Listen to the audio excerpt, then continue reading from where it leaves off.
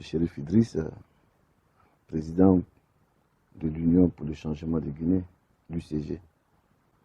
C'est un parti que je suis élu depuis février comme président du parti. Et voilà.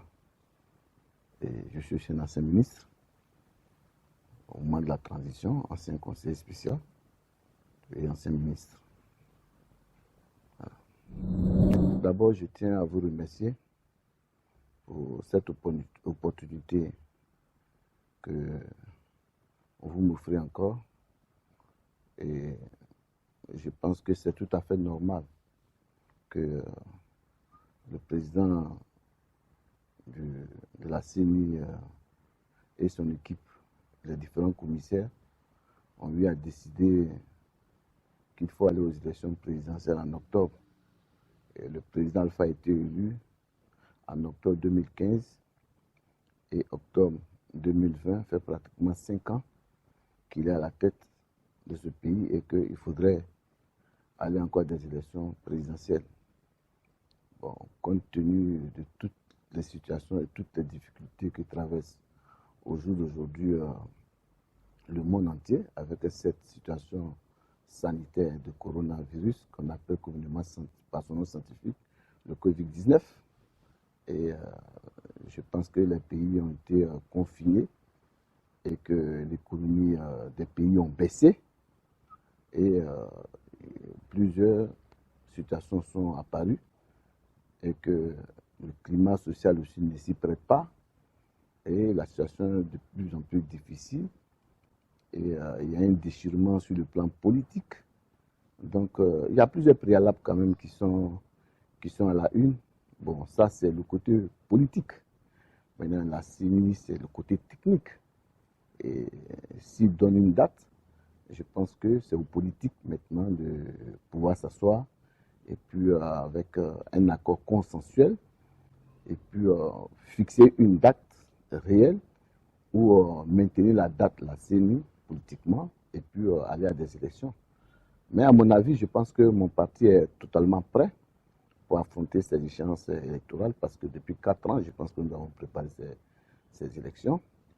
Et nous considérons que déjà il y a une crise politique qui vit le pays avec ces situations qui a eu lieu, avec des élections présidentielles qui ont été monolithiques, et ainsi de suite, avec ces situations aussi du référendum pour le changement de la Constitution auquel les partis politiques n'ont pas convergé avec le pouvoir en place. Et il est vraiment important qu'on ait le courage de s'asseoir et puis d'essayer de discuter, d'étayer toutes ces situations et puis bon, de trouver des voies et moyens d'une sortie de crise favorable pour l'ensemble de tout le peuple de Guinée. Dans ma qualité de président de parti politique, je pense qu'il est vraiment important pour moi de dire que d'inviter tout le monde à la paix, d'inviter tout le monde sur une table de discussion. Et par la discussion, c'est vrai, elle est très très lente, mais elle est payante. Donc pour ma part, je pense que je n'ai pas à faire un commentaire réel sur cette décision de la CENI. C'est tout à fait normal. C'est-à-dire que sur le plan que j'appellerais le plan standard, c'est normal que la CENI fixe une date à laquelle on doit avoir des élections présidentielles. Maintenant, les conditions maintenant d'aller à ces élections, c'est ça le problème. C'est cela, il faut faire une bonne discussion politique avec tous les acteurs. J'ai dit bien les acteurs politiques de poids lourd politique en Guinée. Et cela pourra vraiment désamorcer vraiment les crises, désamorcer les cœurs. Et puis voilà.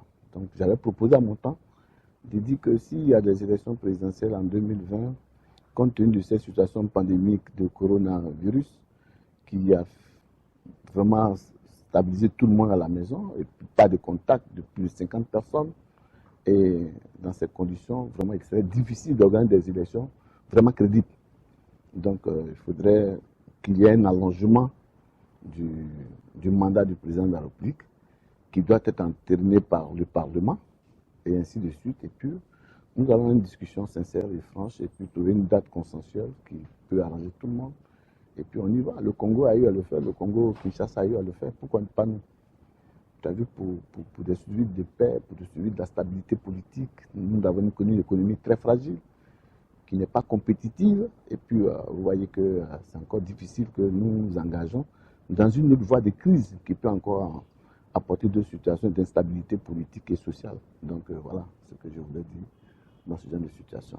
Quant à moi, je pense que mon parti, l'UCG, l'Union pour le changement des Guinéens, est prêt à rassembler tous les Guinéens autour de son parti et puis affronter librement ces échéances et puis les gagner en 2020.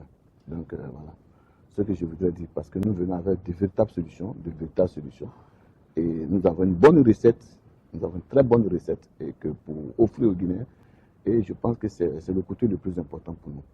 Voilà ce que je voulais vous dire, madame. Non, moi je pense que ça n'a pas d'impact, parce que vous savez, nous sommes dans une crise. Les pays qui ont été déchirés pendant longtemps, c'est la crise post-électorale.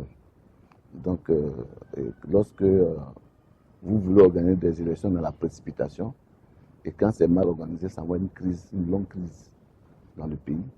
Et puis, bon, ça apporte un changement, un véritable changement qui n'opère pas véritablement l'échiquier politique national. C'est pourquoi il faudrait que ça soit bien réfléchi, très bien réfléchi, parce que nous sommes à 3 mois des élections. Il faut trouver un opérateur, il faut faire un recensement. J'ai vu que la CENI demande qu'il y ait une révision de la liste électorale. Non, on ne peut pas avoir de révision de la liste électorale. Il faut un recensement général. Le recensement, la révision, c'est le recensement de 2015. Il y a des enfants qui sont nés, il y a d'autres qui ont atteint l'âge de vote. Donc il faut recenser la population, c'est chaque année, chaque 5 ans qu'il faut recenser la population pour aller à de nouvelles élections. Mais il n'y a pas un recensement général. Aujourd'hui, bon, je suis à Abidjan. La Côte d'Ivoire est en train de faire un recensement général pour les élections futures de 2020, d'octobre 2020. Et ils ont débuté depuis. Mais la Guinée n'a pas de révision et ça va créer encore d'autres conflits. Donc il faut faire un recensement général et puis une liste fiable doit sortir de cela. Et cette liste-là, c'est là que les électeurs pourront compétir. J'ai été clair dessus, j'ai dit que ça doit faire l'objet d'une discussion. Une discussion, c'est-à-dire qu'avec tous les acteurs politiques de poids lourd, pas ceux qu'on a vu à l'hémicycle actuel, c'est-à-dire que des poids plumes qu'on a mis à l'hémicycle, non. Je parle des acteurs politiques qui ont refusé d'aller à des législations législatives, comme je prendrais le cas de l'UFR, je prends le cas de l'UFDG, je prenais le cas du parti d'Ousmane Kaba et autres. Je pense que c'est de Faya Milimono et des partis de l'opposition, plus d'opposition qui sont capables au moins de bousculer, comme l'UCG. Bon, moi, je n'ai pas pris part à ces élections, pas parce que les gens ont refusé de partir, c'est parce que mon parti n'était pas prêt.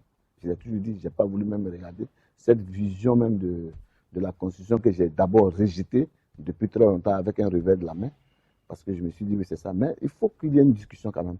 Je pense que ça, si on va à ces élections, ça va créer des problèmes. Je ne suis pas partisan du report des élections, mais je suis partisan d'une paix durable en Guinée. Si des élections, ici en Côte d'Ivoire par exemple, les élections ont été reportées à plusieurs reprises avant d'organiser en 2010. Il y a eu 5 ans de report des élections présidentielles. Mais on demande quelques mois de report des élections, ce n'est pas un problème. Le Congo a eu 3 ans de report des élections présidentielles. Mais ça a apporté la paix. Tshisekedi a été élu. Il n'y a pas eu d'impact. Ce n'est pas nouveau. En Égypte, il y a eu des reports des élections. En Tunisie, il y a eu des reports des élections. Des élections mal faites, mal organisées, apportent des problèmes dans le pays. Et surtout, il y a des problèmes actuels. Il y a des préalables qui ont été levés. Il y a des revendications qui sont au sein de cette situation de corporation. Mais il faudrait une discussion. Le président a fait une main tendue, d'abord de l'opposition. Moi, en tant que parti politique à la conquête du pouvoir, je prends la main tendue du président de la République. Donc, s'il faut discuter, je reçois une table de discussion et je viens avec mes armes. Et ce sont les armes là que je vais déposer sur la table du président de la République. Cela ne veut pas dire que je suis d'accord avec tout ce que l'on va me proposer. Ou bien je suis quelqu'un qui veut être vendu par le pouvoir en place. C'est impossible. Tout le monde connaît mon exigence, connaît ma probité morale. Ils savent que ce qui est Idriss Chérif n'est pas quelqu'un qu'on peut acheter avec de l'argent, mais on m'achète avec l'honneur, le respect et la considération. Voilà ce que c'est qu'Idriss Chérif. Bon, enfin, de toute manière, je sais qu'à l'heure actuelle, toute l'opposition est d'abord réunie sur un groupe. Ils ne sont pas d'accord pour aller d'abord, ils ne sont pas d'accord avec le fichier actuel, ils ne sont pas d'accord avec l'organisation de ces élections, ils ne sont pas d'accord avec la manière dont on doit les élections. D'abord, il y a Il y a une revendication de l'opposition qui est là, et que le FNDC n'est pas d'accord à aller à ces élections. Ils revendiquent l'ancienne constitution, ils ne reconnaissent pas la constitution actuelle, ils ne reconnaissent pas l'Assemblée nationale actuelle. Donc il y a beaucoup de revendications qui sont là. Mais moi, je ne suis pas rentré dans ces détails. Je ne suis pas rentré dans ces détails parce que le jour où je serai sur un plateau auquel vous me demanderez ce qui donnait mon point de vue, je l'ai déjà donné. Déjà ma position, tout le monde connaît ma position, je n'ai pas été d'accord. Mais la manière dont les gens veulent faire la pratique, je ne suis pas d'accord avec la manière de la rue. Je me dis que asseyons-nous et discutons. C'est mon plus grand slogan que je peux apporter par la discussion, par le dialogue. Je pense qu'on peut tout avoir. C'est lent, mais c'est payant. Elle est très payante. Et moi, je suis un partisan de ceci. Convaincre qui? Moi, c'est les Guinéens, c'est la majeure, parce que la majorité des Guinéens que je veux convaincre. Ce n'est pas les partis politiques que je veux convaincre. Tous ces partis politiques, ils nous ont créés pour accéder au pouvoir. Et moi, j'ai créé pour moi pour accéder. Donc, je n'attends pas leur décision pour le dire. Je viens avec moi mes propres stratégies et mes propres tactiques. Et c'est ce que je vais vendre. Mes stratégies et mes tactiques, c'est ce que je vais vendre. Et ce que j'ai pour vous offrir aux Guinéens, c'est pourquoi je vous dis que j'ai le meilleur programme de gouvernement, le meilleur programme de société qui est inattaquable. J'ai un programme qui met tout le monde à l'aise. J'ai un programme, même vous les journalistes, vous serez à l'aise. Parce que c'est fait. Même tout le monde se retrouve. Que ce soit l'armée, que ce soit la police, que ce soit la gendarmerie, que ce soit les fonctionnaires, etc. Les fonctionnaires. Mais je vous dis que je vais créer plus de 750 000 emplois en 5 ans. 2 500 000 emplois que je vais créer en 10 ans. Mais ce n'est pas facile. Et je sais où l'argent se trouve. Plus que je suis dans les finances. Plus que je suis moi-même partisan des finances. J'ai fait financer plusieurs sociétés et des projets stratégiques de grosses sociétés que j'ai fait financer. Mais je vous assure que j'ai la solution de ce que je suis en train de vous dire. Je ne me mets pas devant votre micro ou devant vos caméras pour divaguer, non. Je ne dis pas de belles choses, mais je dis des choses qui sont vraies. Bon, enfin, ce que je disais comme dernier mot, je pense que d'abord, la toute première question que madame a posée comme question, je pense que c'est tout à fait louable. Nous allons à des élections présidentielles en octobre 2020, 18 octobre 2020. Pour ma part, cette date, vraiment, il serait difficile de tenir cette date-là. Donc, il faudrait que nous nous asseyions et que nous discutions. Et je voudrais qu'il y ait la paix dans ce pays et que tout le monde se retrouve, tous les acteurs politiques se retrouvent autour d'une table, même si cela peut prendre 1 mois, 2 mois de discussion, et que sortir de cette discussion-là, on sort avec une solution quand même. D'autres ont eu à le faire. Les Ivoiriens sont là à Marcoussis et à Clément. Ils sont venus avec des solutions. Les Congolais se sont assis, ils sont venus avec des solutions. Les gens de la Guinée-Bissau sont allés ailleurs, ils sont venus avec des solutions. La Gambie est allée ailleurs, ils sont venus avec des solutions. Mais pourquoi pas nous allons venir avec des solutions?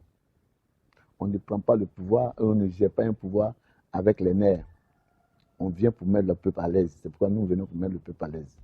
On ne vient pas pour mettre des gens en prison. Non, nous venons pour mettre les Guinéens dans la sérénité totale.